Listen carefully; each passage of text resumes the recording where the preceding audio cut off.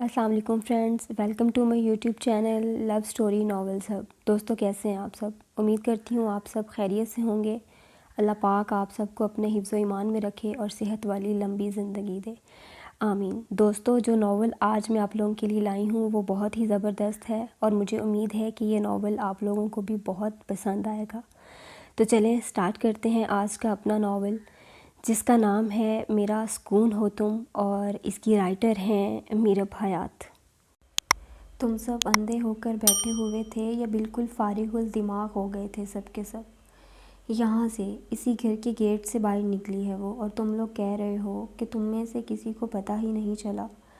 اگر اتنے ہی مفلوج ہو تو یہاں کیا کر رہے ہو؟ کہیں اور جا کر مفت خوری کرو، یہاں سے نکلو، دفع ہو جاؤ سب کے سب۔ وہ بول نہیں رہا تھا، حقیقتاً دہاڑ رہا تھا، جس کی گونج سے وہاں کھڑے تمام ملازم تھر تھر کانپ رہے تھے۔ اس کی آخری بات پر ان سب نے ہاتھ جوڑ لیے۔ ہمیں کچھ نہیں پتا صاحب جی، بی بی ہم میں سے کسی کو کچھ بتائے بغیر ہی نکل گئیں۔ میں تو جی شام کا کھانا بنوا رہی تھی خانسامہ سے۔ میں سر پر موجود نہ ہوں تو یہ کھانا خراب کر دیتا ہے۔ ہم بے قصور ہیں جی، آپ یہ دین محمد سے پوچھیں، اس کو تو پتہ ہی ہوگا۔ عمر رسیدہ ملازمہ اللہ رکھی نے اپنی صفائی پیش کی تھی، مگر اس کی کشادہ پیشانی کی تیوریوں میں کوئی کمی نہیں ہوئی تھی۔ دل تو کر رہا ہے ایک ایک کو نوکری سے فارغ کر دوں۔ نکمے، فارغ، بیکار اور بالکل سست ملازم رکھے ہوئے ہیں آپ نے۔ ان سب کی لاپرواہی کی وجہ سے آج یہ دن دیکھنا پڑ رہا ہے مجھے، ورنہ اگر میں اسے اپنے فارم ہاؤس پر رکھتا تو آج یہ تکلیف نہ اٹھانا پڑتی مجھے۔ ملازموں پر غسیلی نگاہ ڈالتے ہوئے وہ ان سے مخاطب تھا جو نہایت اطمینان سے اس کا سرخ چہرہ دیکھ رہے تھے۔ غصے کی شدت سے اس کا منہ لال ہو گیا تھا، برداشت کی حد ختم ہو رہی تھی۔ اس نے انگارہ ہوتی آنکھیں چوکیدار پر ٹکائیں، جو مظلومیت کی عمارت بنے ہوئے کھڑا تھا۔ تم یہاں آؤ دین محمد، اس نے سخت لہجے میں چوکیدار کو پکارا۔ وہ دل ہی دل میں آیت الکرسی پڑھتے ہوئے اس تک آیا۔ باقی ملازمین کی جان نکلنے لگی۔ تمہارے سامنے نکلی تھی نا وہ، تم نے اپنی آنکھوں سے اسے جاتا دیکھا تھا نا، اس کا گریباں سختی سے دبوچتے ہوئے۔ وہ بھول گیا تھا کہ مقابل شخص عمر میں اس سے کئی سال بڑا ہے۔ چوکیدار نے مدد طلب نظروں سے اپنے بڑے صاحب کی طرف دیکھا، جو ذرا فاصلے پر کھڑے چھوٹے صاحب کا گرجنا اور برسنا بڑے سکون سے دیکھ رہے تھے۔ صاحب معاف کر دیں صاحب، میرا کوئی قصور نہیں ہے جی۔ میں نے تو بی بی سے پوچھا تھا کہ لی کہاں جا رہی ہیں، مگر انہوں نے مجھے ڈانٹ دیا اور کہنے لگیں کہ آپ سے میری شکایت کر دیں گی۔ اس نے گڑ گڑاتے ہوئے بار بار بتائی گئی بات ایک بار پھر دہرائی۔ پچھلے 4 گھنٹوں میں وہ یہ بات کئی مرتبہ وہاں موجود ہر شخص کو بتا چکا تھا، مگر چھوٹے صاحب کا غصہ کسی صورت کم نہیں ہو رہا تھا۔ ایک سلگتی ہوئی نگاہ چوکیدار پر ڈال کر اس نے اسے ایک جھٹکے سے پرے کیا۔ وہ دور جا کر ماربل کے چکنے فرش پر گرا تھا۔ مالی بابا نے ایک ترہم امیز نگاہ زمین پر کانپتے ہوئے چوکیدار پر ڈالی۔ انہیں عنقریب اپنی حالت خراب ہوتی نظر آ رہی تھی۔ دفع ہو جاؤ میری نظروں کے سامنے سے، ورنہ ایک ایک کو آگ لگا دوں گا، وہ چلایا تھا۔ سب ملازم منٹوں میں وہاں سے غائب ہوئے تھے۔ تبھی اس کا وفادار ملازم کم دوست زیادہ اس کے قریب آیا تھا۔ ہمت سے کام لیں سائیں، بی بی زیادہ دور نہیں گئی ہوں گی، مل جائیں گی، آپ فکر نہ کریں۔ اس کے مضبوط کندھے پر ہاتھ رکھ کر اس نے اسے حوصلہ دیا تھا۔ 4 گھنٹے بیت چکے ہیں بخش، ایسے کیسے فکر نہ کروں؟ آس پاس کا سارا ایریا چھان چکا ہوں مگر وہ کہیں نہیں ہے۔ میں یہ سب برداشت نہیں کر سکتا بخش، اسے ڈھونڈ لو، جلد از جلد ڈھونڈ لو اسے، ورنہ میں پاگل ہو جاؤں گا۔ بے بسی سے کہتا ہوا وہ داد بخش کو بہت تھکا ہوا لگ رہا تھا۔ باقی ملازموں کے ساتھ اس کا رویہ جو بھی رہے، مگر داد بخش کے سامنے وہ کھلی کتاب تھا۔ وہ تو اس کے بچپن کا ساتھی، بچپن کا رازدار تھا، اس کی تڑپ اور تکلیف کو بخوبی سمجھتا تھا۔ داد بخش نے اس کے شانے پر دباؤ ڈالا تھا، جیسے اسے یقین دلا رہا ہو کہ وہ اس کی مشکل حل کر دے گا۔ اس نے ایک نرم نگاہ داد بخش پر ڈال کر دوسری اپنے دائیں طرف چند قدموں کے فاصلے پر کھڑے اس مرد پر ڈالی جس سے اس کا بے حد قریبی رشتہ تھا، مگر وہ اس کی تکلیف پر یوں پرسکون تھے جیسے انہیں کوئی فرق ہی نہ پڑتا ہو۔ اس نے دکھتی ہوئی پلکیں اٹھا کر ان کی آنکھوں میں جھانکا جہاں صاف لکھا ہوا تھا، بتاؤ اب کیسا فیل کر رہے ہو؟ تمہیں زیادہ شوق چڑھ رہا ہے جاب کرنے کا؟ اون نے اسے سخت چتنوں سے گھورا، جس نے اس کے یوں گھورنے پر معصوم سی شکل بنائی تھی۔ کیا بتاؤں کہ کتنا شوق ہے یار، بس تم ٹانگ مت تڑانا، میں پہلے ہی بتا رہی ہوں، میں رکنے والی نہیں ہوں، میں یہ جاب کروں گی اور ضرور کروں گی۔ خبردار، جو تم نے امی کے کان بھرنے کی کوشش کی تو مجھ سے برا کوئی نہیں ہوگا۔ اس نے ضدی انداز اپنایا اور آخر میں اسے دھمکی دے ڈالی، جب تم ڈیسائیڈ کر ہی چکی ہو تو مجھ سے پوچھنے بھی کیوں آئی ہو؟ بس کر لو جوائن کل سے ہی، میں کون ہوتا ہوں روکنے والا؟ مجھے تو پہلے ہی پتہ تھا کہ ایک دن تم اپنے 2 سال بڑے ہونے کا فائدہ ضرور اٹھاؤ گی، اور لو آ گیا وہ دن۔ اون نے بچوں کی طرح منہ پھلا لیا تو وہ بے ساختہ کھلکھلائی، اون میرے پیارے بھائی، اب تو تمہارے اپنے بچے ہو جائیں گے یار، اب تو بچوں کی طرح منہ بنانا چھوڑ دو۔ اس کے بالوں کو چھیڑتے ہوئے وہ مسلسل ہنس رہی تھی۔ ہاں تو اس معاملے میں بھی تم نے اپنی ہی چلائی ہے، خود شادی کرنے کے بجائے پکڑ کر میری شادی کروا دی۔ اس کے پاس ایک اور قلعہ تھا۔ یا اللہ جی، کس مٹی سے بنایا ہے تو نے اس بے وقوف انسان کو؟ اس نے آسمان کی طرف منہ کر کے مصنوعی تعصب جتایا۔ ایک تو وقت رہتے تمہاری شادی کر دی ہم نے، اور تم ہو کہ ہمارا احسان مند ہونے کے اور مزید شکوہ کر رہے ہو۔ اس نے اون کو لتاڑا، بدلے میں وہ ہولے سے مسکرایا۔ زمل، اب تم بات کو گھما رہی ہو یار، سیدھے سیدھے بتا دو کہ تم یہ جاب کرنا کیوں چاہتی ہو؟ میری جاب کی وجہ سے پریشان ہونا؟ وہ آج کل جاب لیس تھا، اس لیے جو بات دل میں تھی وہ زبان پر لے آیا تھا۔ اس کے خدشے پر زمل نے اسے سخت نظروں سے گھورا۔ میں پاگل نہیں ہوں جو تمہاری جاب کی وجہ سے پریشان ہوتی پھروں، میں تو یہ جاب شوقیہ کرنا چاہتی ہوں، پھر ٹائمنگ بھی شارٹ ہے، اور تم نہ جانے بات کو کہاں سے کہاں لے جا رہے ہو۔ اس نے اون کو خوب لتاڑا، وہ اس کے سامنے حامی بھر کر اسے شرمندہ نہیں کرنا چاہتی تھی، اس لیے الٹا اس سے خفا ہو گئی۔ او یار پلیز زمی، اب تم یوں منہ مت پھولاؤ۔ اون نے نرمی سے اسے گلے لگایا۔ وہ دونوں اس وقت صحن میں بچھی چارپائی پر بیٹھے ہوئے تھے، جبکہ ندا، ان کی بیوی اور سلمیٰ جہاں برآمدے سے پیچھے بنے اپنے اپنے کمروں میں تھیں۔ ہاں تو تم نے سوچا بھی کیسے کہ میں گھر کے حالات یا تمہاری بے روزگاری سے نالاں ہو کر جاب کرنا چاہ رہی ہوں؟ مجھے اللہ کے بعد اپنے بھائی کے زور بازو پر پورا یقین ہے۔ تم پلیز اس طرف سے ٹینشن فری ہو جاؤ، میں تو بس ٹائم پاس کرنے کے لیے یہ جاب کرنا چاہ رہی ہوں، ورنہ اون افندی جیسے شیر جوان بھائی کے ہوتے ہوئے زمل افندی کو بھلا جاب کرنے کی کیا؟ وہ کندھے اچکاتے ہوئے بڑے فخر سے بولی تھی۔ اون اس کے جواب پر مطمئن سے ہنس دیا، تو پھر میں ڈن سمجھوں؟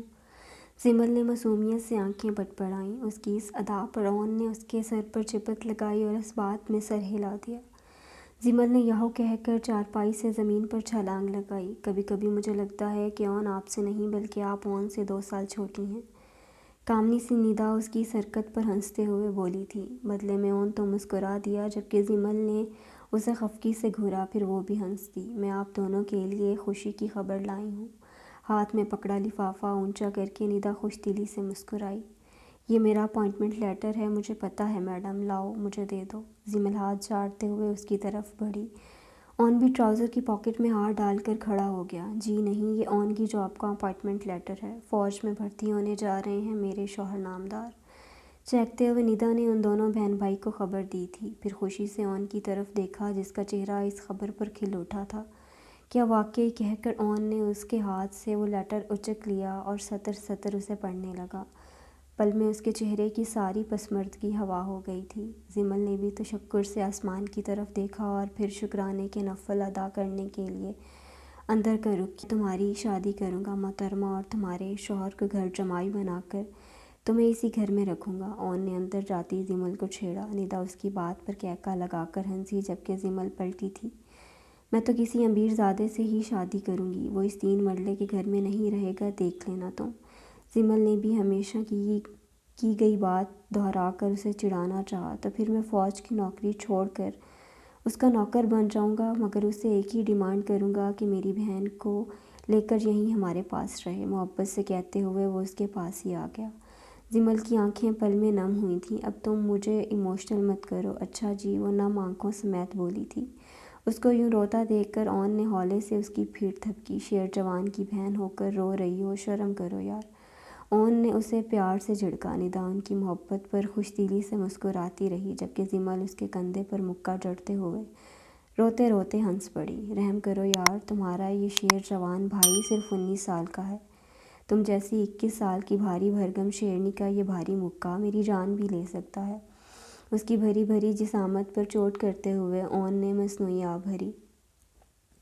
اللہ نہ کرے! سلمیٰ جہان بھی ان کی باتیں سن کر برآمدے میں چلی آئی تھیں، جبکہ ان کے یوں کہنے پر ان کے تینوں بچے ہنس پڑے۔ ندا ان کی ایک قریبی دوست کی بیٹی تھی، جسے محض 2 ہفتے پہلے وہ سادگی سے ان کے ساتھ بیاہ کر لائی تھیں۔ ان کا چھوٹا سا گھرانہ محبت اور اتفاق کے لحاظ سے مثالی تھا۔ میں کیا کروں بخش، کہاں سے ڈھونڈوں اسے؟ زندگی بوجھ بنتی جا رہی ہے یار، کچھ کرو بخش، میں تھک چکا ہوں۔ پلیز کچھ بھی کرو مگر اسے ڈھونڈ لو۔ بھاری لہجے میں ٹوٹے کان جیسی دکھن تھی۔ داد بخش کا دل خون ہونے لگا۔ سائیں آپ بھول کیوں نہیں جاتے انہیں؟ گزرے ہوئے ماضی کے ساتھ جئیں گے تو زندگی بوجھ ہی لگے گی۔ اپنے حال کو سنبھال لیں، مستقبل بھی خوبصورت ہو جائے گا۔ داد بخش نے ایک بار پھر اسے سمجھانے کی کوشش کی تھی۔ یہ تم کہہ رہے ہو بخش؟ اس نے ایک شکوہ کناہ نگاہ اس نے تعصب سے زرخان عباسی کے تکلیف زدہ چہرے کو دیکھا۔ 16 برس بیت گئے ہیں سائیں، آپ جیسے بندے کے لیے تو کسی کو کھوجنے کے لیے 16 گھنٹے ہی بہت ہیں، مگر شرط یہ ہے کوئی کھویا ہوا ہو، جو خود چھپ کر بیٹھا ہو، اسے کیسے ڈھونڈا جائے؟ آپ ہی بتائیں سائیں۔ اس نے نرم لہجے میں اس پر حقیقت واضح کی تھی۔ زرخان نے بے بسی سے نگاہ چرا لی، آنکھیں جلنے لگی تھیں، دل کی دھڑکنیں مدھم ہونے لگیں۔ اس کے یوں نگاہ چرا لینے پر داد بخش نے ٹھنڈی آہ بھری۔ علیزہ بی بی آپ کو بہت چاہتی ہیں سائیں، آپ ان کا ہاتھ تھام لیں اور اپنی زندگی کی شروعات کر لیں۔ بڑی بی بی نے ملنا ہوگا تو ایک دن وہ خود ہی آپ کو مل جائیں گی، مگر آپ ان کے پیچھے یہ خود کو تباہ نہ کریں۔ اسے سگریٹ سلگاتے دیکھ وہ افسردگی سے بولا تھا، یہ ناممکن ہے داد بخش، جس عورت نے میرے دن کا سکون لوٹ رکھا ہے، پچھلے 16 برس سے میری راتیں بے چین کر رکھی ہیں، اس سے ملے بغیر، اس سے اپنا سکون واپس لیے بغیر میں اپنی زندگی کیسے شروع کر سکتا ہوں؟ جب میرا پورا وجود آگ میں جھلس رہا ہے تو میں کیوں کر شادی کر سکتا ہوں؟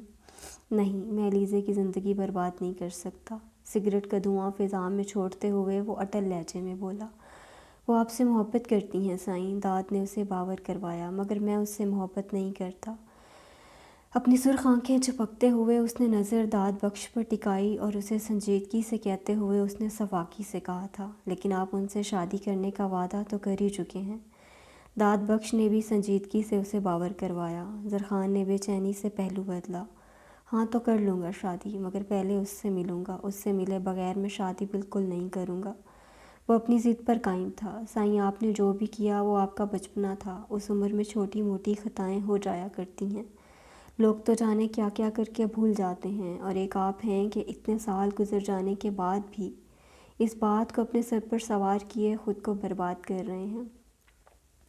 چھوڑ دیں یہ ضد، پلیز بھلا دیں انہیں۔ داد بخش نے اسے قائل کرنے کی ایک ناکام کوشش کی تھی۔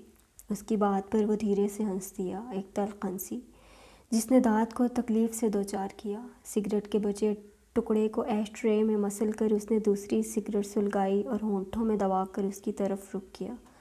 تمہارا مسئلہ پتہ ہے کیا ہے بخش؟ اس نے بخش کی آنکھوں میں جھانکا، جس نے فوراً نگاہ جھکائی۔ زرخان دوبارہ ہنس پڑا۔ تمہارا مسئلہ یہ ہے کہ تمہیں میری محبت میں کچھ نظر نہیں آتا، جو میں کرتا ہوں وہ غلط بھی ہو تو تمہیں صحیح لگتا ہے، اور مجھے اس تکلیف سے باہر نکالنے کے لیے تم نے ابھی جو بھی بکواس کی وہ بے اثر رہی ہے۔ وہ بات چھوٹی موٹی نہیں تھی داد بخش، کہتے کہتے وہ آخر میں تلخ ہو گیا تھا، آنکھوں میں جنون اتر آیا تھا۔ داد بخش نے اس کے ہاتھ سے سگریٹ لے لی جو سلگ کر اس کی انگلیاں جلا رہی تھی، مگر اسے پرواہ ہی کب تھی۔ اب بس بھی کر دو میری چندہ، اتنا پریس کرو گی تو یقیناً یونیفارم جلا دو گی تم، پھر صبح پہن کر جانا وہی پرانے والا۔ بار بار یونیفارم کو پریس کرتی محرم کو دیکھ کر وہ ہنستے ہوئے بولی تھیں، مومی آپ نہ باز آ جائیں، اچھا ہر وقت میرا مذاق اڑاتی رہتی ہیں آپ۔ ان کے یوں تنگ کرنے پر وہ تنگ کر بولی۔ وہ مزید کھلکھلائیں، ہاں تو اپنے کام بھی تو دیکھو نا، آلریڈی پریس یونیفارم کو بار بار پریس کر رہی ہو۔ انہوں نے اس کے سر پر ہلکی سی چپت لگائی۔ جی ہاں، کیونکہ کل مجھے اسٹیج پر بلایا جائے گا، سب اسٹوڈنٹس کا فوکس مجھ پر ہوگا، اور اگر میرا یونیفارم ٹھیک سے پریس نہ ہوا تو کتنی شرمندگی ہوگی آپ ہی بتائیں نا۔ یونیفارم کو ہینگر میں لٹکاتے ہوئے محرم نے انہیں اپنے تئیں سمجھایا۔ یہ تو ہے۔ انہوں نے اسی کے انداز میں معصومیت سے سر ہلایا۔ محرم ہنس پڑی۔ اچھا، آپ کو ایک اور مزے کی بات بتاؤں؟ چٹکی بجاتے ہوئے وہ پرجوش سی بولی، پھر چوکڑی مار کر زمین پر بچھی چٹائی پر بیٹھ گئی۔ انہوں نے چہرے پر تجسس سجایا اور اپنی معصوم بیٹی کی طرف دیکھا۔ ہاں ہاں بتاؤ۔ وہ بھی اس کے پاس ہی بیٹھ گئی۔ ردا بتا رہی تھی کہ میڈم نے لاہور سے مہمان خصوصی بلائے ہیں۔ اب مجھے ڈبل انعام ملے گا، پتہ ہے کیسے؟ اپنی ذہین آنکھوں میں اشتیاق بھر کر محرم نے ایک بار پھر انہیں سسپینس میں مبتلا کرنا چاہا۔ کیسے؟ ان کے لبوں کی مسکراہٹ گہری ہوئی۔ وہ ایسے کہ ایک انعام تو مجھے گورنمنٹ کی طرف سے ملے گا اور دوسرا وہ گیسٹ آف آنر دیں گے جو لاہور سے آئیں گے۔ محرم نے مسکراتے ہوئے انہیں اپنے تئیں خوش کیا تھا اور وہ اسے دکھانے کو خوش ہو بھی گئی تھیں۔ ارے واہ، یہ تو بہت اچھی خبر سنائی تم نے، یعنی کہ اب مجھے بھی ڈبل ٹریٹ ملے گی۔ ایک آنکھ دباتے ہوئے انہوں نے محرم کے انداز میں ہی بات کی تھی۔ Momi please don't copy my style. ان کے یوں آنکھ دبا کر بات کرنے پر وہ مصنوعی خفگی سے چیخی تھی۔ بدلے میں وہ کھلکھلا کے ہنسی تھیں۔ Okay be serious now. محرم نے چہرے پر بڑے سنجیدہ تاثرات سجائے تھے۔ انہوں نے بھی اسے فالو کیا اور سنجیدہ شکل بنائی۔ وہ یوں ہی اس کے ساتھ بچی بن جایا کرتی تھیں۔ Okay I am serious. انہوں نے ہاتھ سے وکٹری کا نشان بنایا۔ ہاں تو میں کہہ رہی تھی کہ کل جو پیسے مجھے ملیں گے میں ان سے آپ کا علاج کرواؤں گی، پھر جب آپ ٹھیک ہو جائیں گی تو اس کی بات پوری نہیں ہو پائی تھی۔ انہوں نے بیچ میں ہی اسے ٹوک دیا۔ کیوں؟ مجھے کیا ہوا ہے جو تم میرا علاج کرواؤ گی؟ انہوں نے خفگی جتائی۔ زیادہ بنے مت، مجھے سب پتہ ہے جو آپ مجھ سے چھپ چھپ کر اپنا سر دباتی رہتی ہیں نا، اور میڈیسن بھی لیتی ہیں، مجھے سارا پتہ ہے۔ اسی سر درد کی وجہ سے تو آپ کے بال بھی کتنے ہلکے ہوتے جا رہے ہیں، اور مومی آپ کی آئی بروز بھی وائٹ ہو رہی ہیں، and I don't like all this. وہ منہ بسور کر بولتی، ان کے دل پر آریاں چلا گئی تھی۔ میری چندا، یہ تو معمولی سا سر درد ہے، کبھی کبھار ہو جاتا ہے، اس کا مطلب یہ تھوڑی ہے کہ مجھے علاج کی ضرورت ہے۔ میں بالکل ٹھیک ہوں، تم ان پیسوں سے اپنے لیے ڈھیر ساری شاپنگ کر لینا۔ اسے پیار سے پچکارتے ہوئے انہوں نے اسے مطمئن کرنا چاہا۔ مومی آپ کیوں بول رہی ہیں کہ میں نے بایو کے ساتھ میٹرک میں ٹاپ کیا ہے؟ مجھے سب کچھ نہیں پتہ، مگر اتنی نادان بھی نہیں ہوں میں۔ کل اسکول سے آتے ہی میں آپ کو ہاسپٹل لے کر جاؤں گی، آپ تیار رہیے گا، اور بس۔ محرم نے انہیں ڈپٹنے کے سے انداز میں کہا تھا۔ اس کے یوں تحکم بھرے انداز پر وہ ہنسنے لگی۔ اتنی بڑی ہو گئی ہے میری بیٹی کہ مجھے خود ہاسپٹل لے کر جائے گی۔ انہوں نے اپنی آنکھیں پھیلا لیں۔ جی ہاں بالکل مدام محرم، ٹھیک 5 ماہ 4 دن بعد پورے 16 برس کی ہو جائیں گی۔ اس نے مصنوعی کالر اکڑائے۔ اچھا جی، جیسے مجھے تو پتہ ہی نہیں کہ میری بیٹی 16 برس کی ہونے والی ہے۔ میں تمہاری مومی ہوں ڈارلنگ، تم میری مومی بننے کی کوشش مت کرو۔ ٹھیک ہوں اور ہاسپٹل نہیں جاؤں گی، اور اب یہ لائٹس آف کرو اور ادھر میرے پاس آ کر لیٹ جاؤ جلدی سے، شاباش، کہہ کر قمیض کی شکنیں درست کرتی وہ اٹھ کھڑی ہوں اور کمرے میں بچھی واحد پلنگ پر جا کر لیٹ گئیں۔ محرم نے خفگی سے ان کی جانب دیکھا، مگر وہ مسکراہٹ دبا کر کروٹ بدل گئیں۔ میں بھی جب بڑی ہو جاؤں گی نا تو گن گن کر بدلے لوں گی آپ سے۔ جب میرے سر میں بھی ایسے ہی درد ہوا کرے گا نا تو میں آپ کو ہرگز نہیں بتاؤں گی، اور چپکے چپکے آپ کی طرح ہی رویا کروں گی، اور پھر جب آپ مجھے ہاسپٹل جانے کا کہیں گی تو میں بھی ایسے ہی کروں گی جیسے ابھی آپ نے میرے ساتھ کیا ہے۔ بھرائی ہوئی آواز میں بولتی وہ ان کو اندر تک ہلا گئی تھی۔ وہ تڑپ کر سیدھی ہوئیں۔ محرم، ان کی آواز میں واضح تڑپ تھی، جبکہ وہ ان کی پانتی بیٹھی رو رہی تھی۔ پاگل ہو گئی ہو تم، اتنی سی بات پر اتنا بڑا بڑا بھی سوچتا ہے کوئی؟ خبردار جو آئندہ اپنے منہ سے ایسی کوئی بات نکالی تو ہمیشہ کے لیے ناراض ہو جاؤں گی میں تم سے۔ اسے اپنے سینے سے لگاتے ہوئے وہ خود بھی رو پڑی۔ ہاں تو پھر آپ بھی کیوں ضد کر رہی ہیں؟ ابھی تو آپ 40 کی بھی نہیں ہوئیں، اور آپ کی آئی بروز وائٹ ہو رہی ہیں، بال بھی اتنی تیزی سے جھڑتے ہیں۔ آپ بس چپ چاپ کل میرے ساتھ ہاسپٹل چلیے گا، ہم ڈاکٹر سے پوچھیں گے کہ کس وجہ سے آپ کے سر میں اتنا درد رہتا ہے، وہ سب بتا دے گا، تو پھر میں آپ کا پراپر علاج کرواؤں گی۔ وہ تو سب کچھ پلان کیے بیٹھی تھی۔ اچھا ٹھیک ہے میری ماں، کہو تو ابھی چلتے ہیں، مگر تم اب یہ رونا بند کر دو پلیز۔ انہوں نے نرمی سے اس کے آنسو صاف کیے۔ ان کے حامی بھرنے پر اس کا چہرہ کھل اٹھا۔ تھینکس مومی۔ وہ خوش ہوتے ہوئے ان سے لپٹ گئی۔ انہوں نے چپکے سے اپنی آنکھ سے نکلتا آنسو صاف کیا۔ ویسے تمہیں کیسے پتہ لگا کہ میں ابھی 40 کی بھی نہیں ہوئی؟ اس کی پونی کھینچتے ہوئے پوچھا۔ محرم نے ایک آنکھ دبا کر زبان ہونٹوں سے باہر نکالی۔ پرسوں صفائی کرتے ہوئے آپ کا ID کارڈ ملا تھا، اس پر دیکھی تھی آپ کی ڈیٹ آف برتھ۔ اس نے ہنستے ہوئے بتایا۔ انہوں نے مسکراتے ہوئے اس بات میں سر ہلا دیا۔ شہباز اینڈ سنس جوائن کیے۔ آج اسے 7واں دن تھا، مگر ابھی تک MD کے حضور پیش نہیں ہوئی تھی۔ اس کا انٹرویو بھی مینیجر اور چند دوسرے کولیگز نے ہی لیا تھا۔ اپنے چند سینئرز سے اس کی اچھی خاصی سلام دعا ہو چکی تھی۔ سارا اسٹاف بھی کوآپریٹیو تھا اور اسی وجہ سے وہ چند دنوں میں ہی کام کو بہت جلد سمجھ گئی تھی۔ شروع کے 3 دن تو اس سے اکاؤنٹنٹ کا کام لیا گیا تھا، مگر پچھلے 4 دن سے اس نے ریسیپشنسٹ کی سیٹ سنبھالی ہوئی تھی۔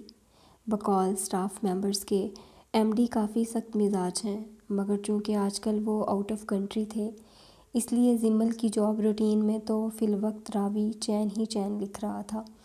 گھڑی صبح کے 9 بجا رہی تھی اور وہ مطمئن سی اپنی سیٹ پر بیٹھی کمپیوٹر پر کچھ ٹیلی ورکنگ کر رہی تھی۔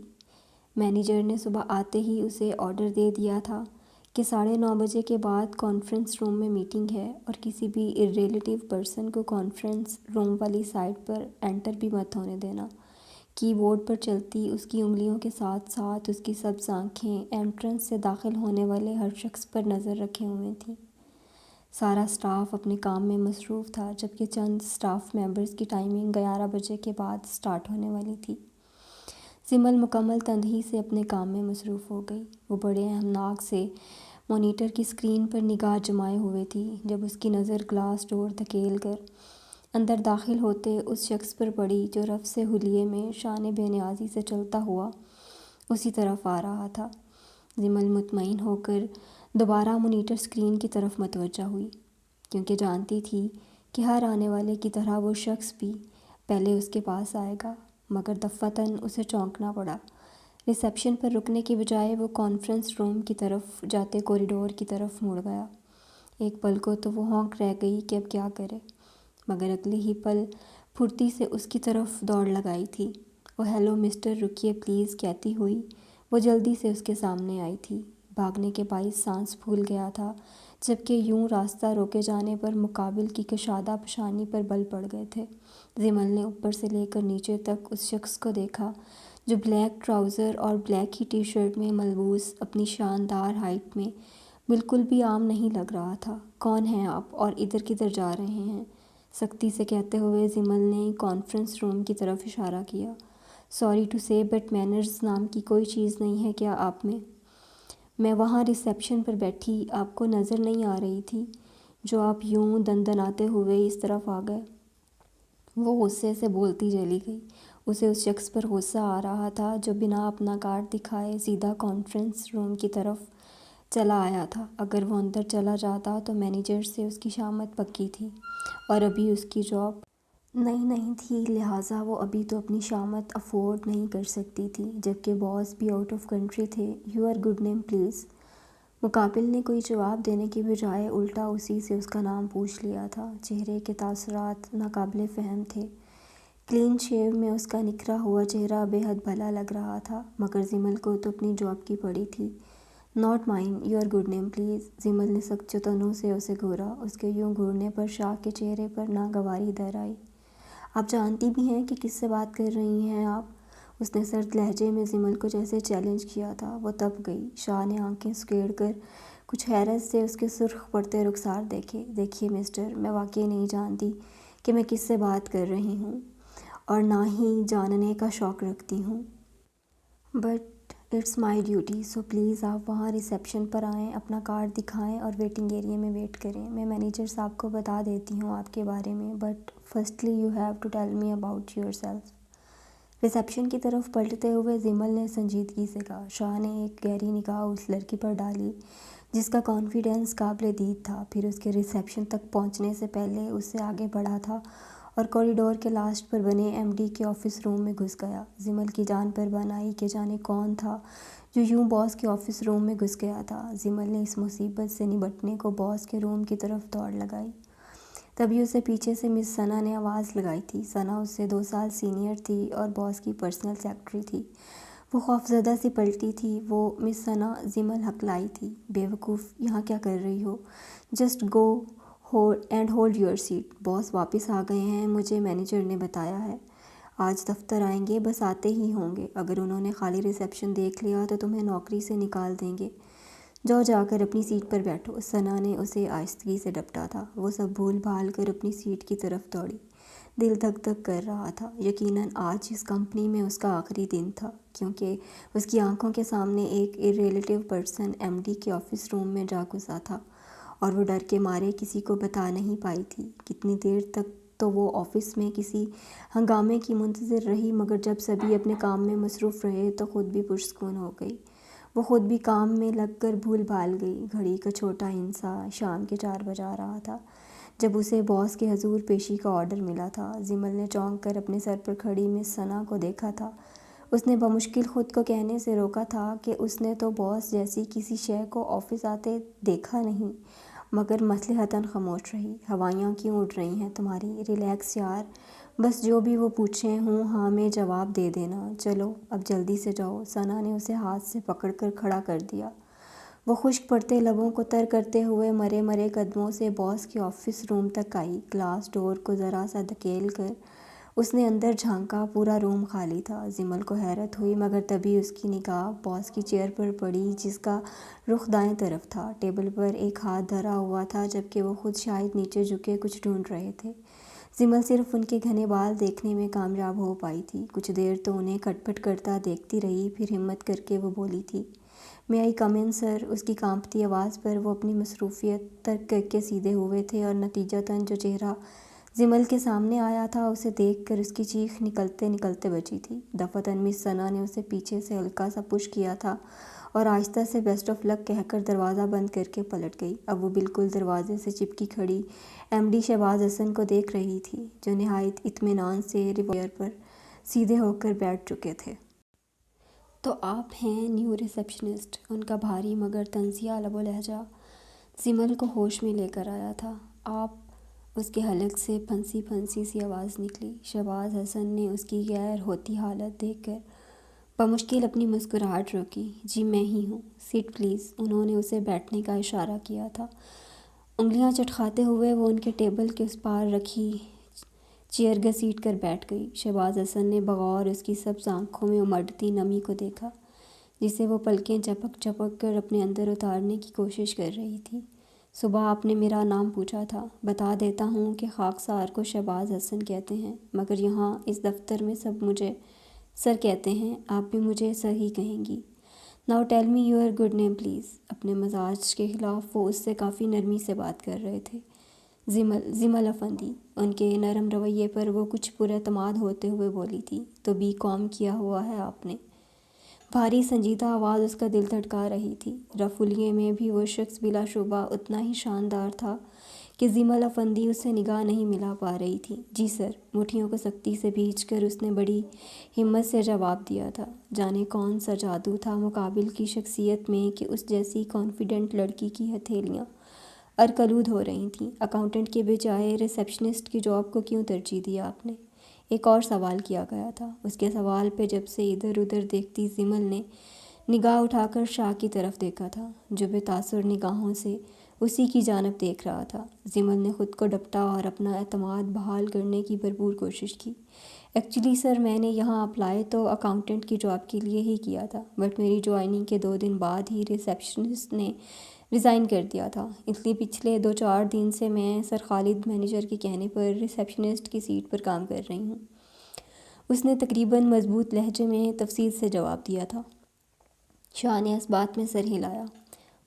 اوکے، ریسیپشنسٹ کا ارینج ہو جاتا ہے تو پھر آپ اکاؤنٹنٹ کا ہی چارج سنبھال لیں گی، شہباز حسن نے سنجیدگی سے کہا۔ جی سر، وہ تندہی سے بولی۔ ٹھیک ہے، اب آپ جا سکتی ہیں، اینڈ اگر آپ کو یہاں کسی بھی قسم کی پرابلم ہو تو وداؤٹ ہیزیٹیشن آپ ڈائریکٹ مجھے میرے آفس میں آ کر بتا سکتی ہیں، انہوں نے نرمی سے کہا۔ تھینکس سر، وہ ہولے سے مسکرا کر بولی۔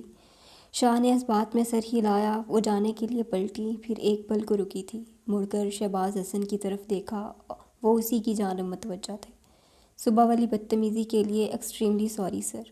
ایکچولی میں نے آپ کو پہچانا نہیں. میں نے پہلے کبھی آپ کو دیکھا ہی نہیں تھا، تو بس اسی لیے، زمل نے شرمندگی سے کہا.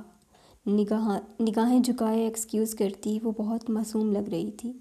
اس کی بات پر مقابل کے لبوں پر ایک خوبصورت تبسم بکھر گیا. ان کی خاموشی محسوس کر کے زمل نے نگاہ اٹھائی تھی، مگر ان کو نرمی سے مسکراتا دیکھ زمل کی ہارٹ بیٹ مس ہوئی تھی.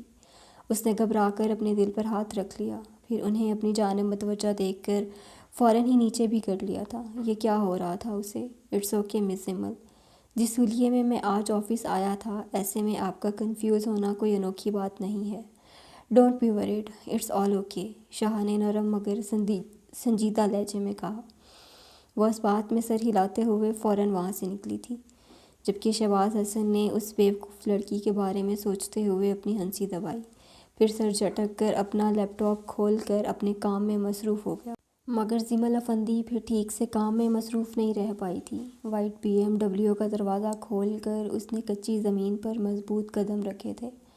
اپنا قیمتی موبائل اور بلیک گوگلز داد بخش کے ہاتھ میں تھماتے ہوئے اس نے اپنے سامنے کھڑی گورنمنٹ اسکول کی اس عمارت کو دیکھا جو جانے کتنے سال پرانی تھی. زرخان نے دوسری نگاہ داد بخش پر ڈالی. نگاہ میں واضح خفگی و ناراضگی تھی. اس کام کے لیے تم خود بھی آ سکتے تھے شاید، انداز میں بیزاریت. بڑے صاحب کا حکم تھا کہ ادھر آپ ہی آئیں گے، اس نے مسکراہٹ دبا کر مؤدبانہ انداز میں کہا. ہاں، خود تو وہ لمبے ٹور پر نکل گئے ہیں، لے کے مجھے یہاں پھنسا دیا، اکتاہٹ بھرے لہجے میں کہتا وہ اسکول کے بڑے سے گیٹ کی طرف بڑھا، جہاں پہلے سے ہی پرنسپل کھڑی تھیں، اور گیٹ کے دائیں بائیں کافی اسٹوڈنٹس ہاتھوں میں گلاب کی پتیاں لیے اس کے استقبال کے لیے کھڑی تھیں. درمیانی راستے پر کلین بچھایا گیا تھا جس پر چل کر اس نے پرنسپل کے آفس تک جانا تھا، اور اس کے بعد کے جانے مزید کیا کیا مرحلے تھے. وہ جی بھر کر بدمزہ ہوا، مگر لبوں پر زبردستی مسکراہٹ سجا لی. پرنسپل سے رسمی جملوں کے تبادلے کے بعد وہ ان کی معیت میں مضبوط چال چلتا ہوا پتیوں کی برسات میں ان کے آفس تک آیا تھا. کئی ٹیچرز نے اس کی شاندار پرسنالٹی دیکھ کر آہیں بھری تھیں، جبکہ اسٹوڈنٹس کی نگاہوں میں بھی واضح ستائش ابھر آئی تھی. مگر وہ شان بے نیازی سے آفس کے پرسکون ماحول میں ٹانگ پر ٹانگ چڑھائے آرام دہ صوفے پر بیٹھا ہوا تھا. داد بخش اس کا سایہ بنا اس کے ہمراہ تھا. دوسری طرف شاید فنکشن سٹارٹ ہو چکا تھا، سو چند سینئر ٹیچرز اور پرنسپل کے ہمراہ وہ اسکول کے پچھلے گراؤنڈ میں آ گیا، جہاں ٹینٹ لگا کر ایک کافی بڑے ایریے کو کور کیا گیا تھا. اسٹوڈنٹس کے لیے چیئرز، جبکہ مہمان خصوصی کے لیے اسٹیج کے پاس صوفے سیٹ کیے گئے تھے. اسٹوڈنٹس سیٹ پر بیٹھیں یقیناً اسی کی منتظر تھیں، آپس میں خوب گپ شپ کر رہی تھیں، مگر ان کے وہاں آتے ہی سب نے اپنے ہونٹوں کو جیسے سی لیا. پرنسپل اور زرخان کے سیٹ سنبھالتے ہی اسٹیج پر گرا پردہ ہٹایا گیا تھا، اور چند اسٹوڈنٹس نے بڑی خوبصورتی سے اس کا ویلکم کیا، جسے داد بخش نے تو بہت انجوائے کیا. مگر زرخان کے چہرے پر پھیلی مسکراہٹ اس کا حال دل بخوبی سنا رہی تھی. اس کے ہونٹوں پر پھیلی زبردستی کی مسکراہٹ کو داد بخش بخوبی سمجھتا تھا، اس لیے وہ اس کی طرف دیکھنے سے اجتناب کر رہا تھا، وگرنہ اس کے لیے اپنے لبوں پر کھلتی مسکراہٹ روکنا مشکل ہو جاتا. سو وہ بھی چپ چاپ اسٹیج کی طرف متوجہ تھا. 2-3 مزاحیہ ڈرامے بھی پیش کیے گئے. دفعتاً زرخان کے موبائل پر بیل ہوئی تھی. داد بخش فوراً متوجہ ہوا. حیدر کالنگ لکھا دیکھ کر اس کی آنکھوں میں تحیر سمٹ آیا تھا، کیونکہ وہ جانتا تھا کہ زرخان نے حیدر ملک کو کس خاص کام کے لیے اپوائنٹ کیا ہے. اس نے اپنے ساتھ بیٹھے زرخان کی طرف دیکھا، جو اسٹیج کی طرف متوجہ تھا. وہ اس کی طرف جھکا تھا. سائیں، حیدر ملک کی کال ہے، بخش نے سرگوشی کی تھی، جسے شور و غل کے باعث سننے میں وہ ناکام رہا تھا. کون؟ کس کی کال ہے؟ زرخان نے اس کی طرف رخ موڑا، جو قدرے کنفیوز لگ رہا تھا. حیدر ملک کی، بخش نے آہستگی سے کہا. زرخان کے مسکراتے لب سکڑے تھے، آنکھوں کی چمک بڑی تھی. اس نے فوراً ہاتھ بڑھا کر موبائل اس سے جھپٹ لیا. وقت ضائع کیے بنا فوراً کال پک کی تھی. سرکار، حیدر ملک بات کر رہا ہوں. دوسری جانب سے آواز سنائی دی تھی. ہاں بولو. میں سن رہا ہوں. فون کان سے لگائے وہ اپنی سیٹ سے کھڑا ہو گیا اور چلتے ہوئے چیئرز کے درمیان بچی خالی جگہ سے گزر کر تیزی سے باہر کی طرف بڑھا، کیونکہ وہاں کا شور و غل حیدر ملک کی بات سننے میں دشواری پیدا کر رہا تھا۔ داد بخش نے پرنسپل کو مطمئن کیا اور زرخان کے پیچھے سرعت سے بھاگا۔ ہاں ملک، اب بولو، کیا خبر ہے؟ آواز میں بے تابیاں تھیں۔ تیز تیز قدم اٹھاتا داد بخش اس تک آیا تھا اور اب اس سے 2 قدم پیچھے سائے کی طرح اس کے ساتھ ساتھ چل رہا تھا۔ مادام کے بارے میں پکی خبر ہے سرکار، حیدر ملک نے بڑی تیزی سے بول رہا تھا۔ زرخان کے چلتے قدموں میں تیزی آ گئی تھی، جبکہ دل کی دھڑکنیں مدھم ہونے لگیں۔ جلدی بتاؤ، کیا خبر ہے؟ جلدی بولو ملک۔ لبوں پر زبان پھیرتے ہوئے وہ اس کے بولنے کا منتظر تھا۔ میرے پاس آپ کے لیے 2 خبریں ہیں، ایک اچھی اور دوسری بری۔ آپ بتائیں پہلے کون سی سناؤں؟ وہ سرشار سا پوچھ رہا تھا۔ زرخان کے چلتے قدموں کی رفتار میں کمی آئی تھی۔ گراؤنڈ پار کر کے وہ اب لمبے کوریڈور میں چل رہا تھا۔ کوریڈور کے دائیں جانب کلاسز تھیں، جبکہ بائیں جانب اسکول کا اگلا گراؤنڈ تھا۔ داد بخش اسے ٹوکنا چاہتا تھا کہ وہ ایک جگہ کھڑے ہو کر فون سن لے، مگر اسے ٹوک نہیں پایا، کیونکہ وہ اس کی دلی حالت سمجھ رہا تھا۔ پہلے بری خبر سناؤ ملک، مگر یاد رہے خبر اتنی بری نہ ہو کہ میں تمہیں شوٹ کر دوں، اور اچھی خبر وہی ہونی چاہیے جو میں سننا چاہتا ہوں۔ زرخان نے سنجیدگی سے کہا۔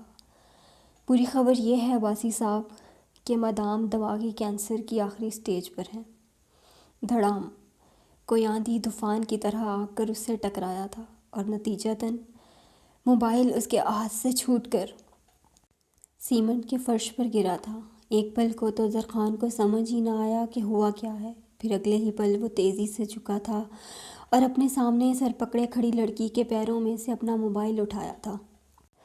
داد بخش نے حیرت سے اسے زمین پر جھکتے دیکھا تھا۔ یہ وہ شخص تھا جسے اس نے کبھی بچپن میں بھی جھک کر اسکول شوز کے تسمے بند کرتے نہیں دیکھا تھا۔ اس کی کوئی بھی چیز زمین پر گر جاتی تو بھلے وہ کتنی ہی قیمتی ہوتی، زرخان عباسی جھک کر وہ چیز نہیں اٹھاتا تھا، بلکہ اس کا سایہ بنا داد بخش اٹھایا کرتا تھا۔ مگر آج سچویشن ہی ایسی تھی کہ بنا سوچے سمجھے وہ جھک گیا تھا، حالانکہ اگر وہ اس وقت اپنے باپ سے بھی بات کر رہا ہوتا اور موبائل اس کے فل فرنشڈ روم میں بچھے امپورٹڈ قالین پر بھی گرتا تو وہ کبھی نہ اٹھاتا۔ مگر آج کی بات ہی کچھ اور تھی۔ داد نے افسردگی سے اپنے سائیں کی جانب دیکھا، جو موبائل کی ٹوٹی ہوئی اسکرین کو ٹچ کر کے چیک کرنا چاہ رہا تھا کہ آیا کال چل رہی ہے یا بند ہو چکی ہے، مگر حقیقت میں وہ قیمتی موبائل ٹوٹ کر نکارہ ہو چکا تھا۔ داد بخش نے آگے بڑھ کر اس کے کندھے پر ہاتھ رکھنا چاہا، مگر اس سے پہلے ہی زرخان نے بائیں ہاتھ میں پکڑا موبائل پوری شدت سے دائیں طرف بنی دیوار پر دے مارا، اور پھر اگلے ہی پل دوسرے ہاتھ کا ایک بھرپور تھپڑ سامنے کھڑی خوفزدہ سی لڑکی کے گال پر مارا تھا۔ چٹاخ! پورے کوریڈور میں آواز گونجی تھی، جبکہ داد بخش نے بنا وقت ضائع کیے آگے بڑھ کر زرخان کی کمر میں بازو ڈالا تھا، جو دوبارہ اس لڑکی کی طرف بڑھ رہا تھا، جو ناک سے نکلتے خون پر ہاتھ رکھے رو رہی تھی۔ جاہل لڑکی، نظر نہیں آ رہا تھا تمہیں؟ وہ دھاڑا تھا، اس کا پورا چہرہ آگ ہو رہا تھا، جبکہ روتی ہوئی محرم باقاعدہ کانپ رہی تھی۔ سائیں، سنبھالیں خود کو۔ اس کی کمر میں بازو ڈال کر داد بخش نے بمشکل اسے سنبھالا ہوا تھا، جو اپنے سامنے کھڑی محرم کو ختم کر دینے کے در پر تھا۔ آئی ایم سوری سر، میں نے جان بوجھ کر آپ کا موبائل نہیں توڑا، وہ سسکتے ہوئے اپنی صفائی دے رہی تھی۔ زرخان نے ایک جھٹکے سے اپنا آپ داد بخش سے چھڑوایا اور ایک شعلہ بار نگاہ لرزتی ہوئی اس لڑکی پر ڈالی، جو اس کے یوں گھورنے پر ڈر کر پیچھے دیوار سے جا لگی تھی۔ پورا بدن ہچکولوں کی زد میں تھا۔ اس کا بس چلتا تو زرخان سے بچنے کے لیے شاید دیوار میں ہی کہیں گھس جاتی۔ خوفزدہ نظروں سے زرخان کے لال سرخ چہرے کی جانب دیکھتی وہ سہمی ہوئی ہرنی لگ رہی تھی۔ داد بخش نے تعصب سے اس کی جانب دیکھا، جس کے سرخ گال پر زرخان عباسی کے ہاتھ کی 5 انگلیوں کے نشان بہت واضح تھے۔ اس کی نازک کپ کپاتی انگلیاں ناک سے نکلتے خون کو روکنے میں ناکام ہو رہی تھیں۔ میں آج ہی آپ کو اس کے پیسے پے کر دوں گی، دیوار سے چپکی وہ کانپتی آواز میں بولی تھی۔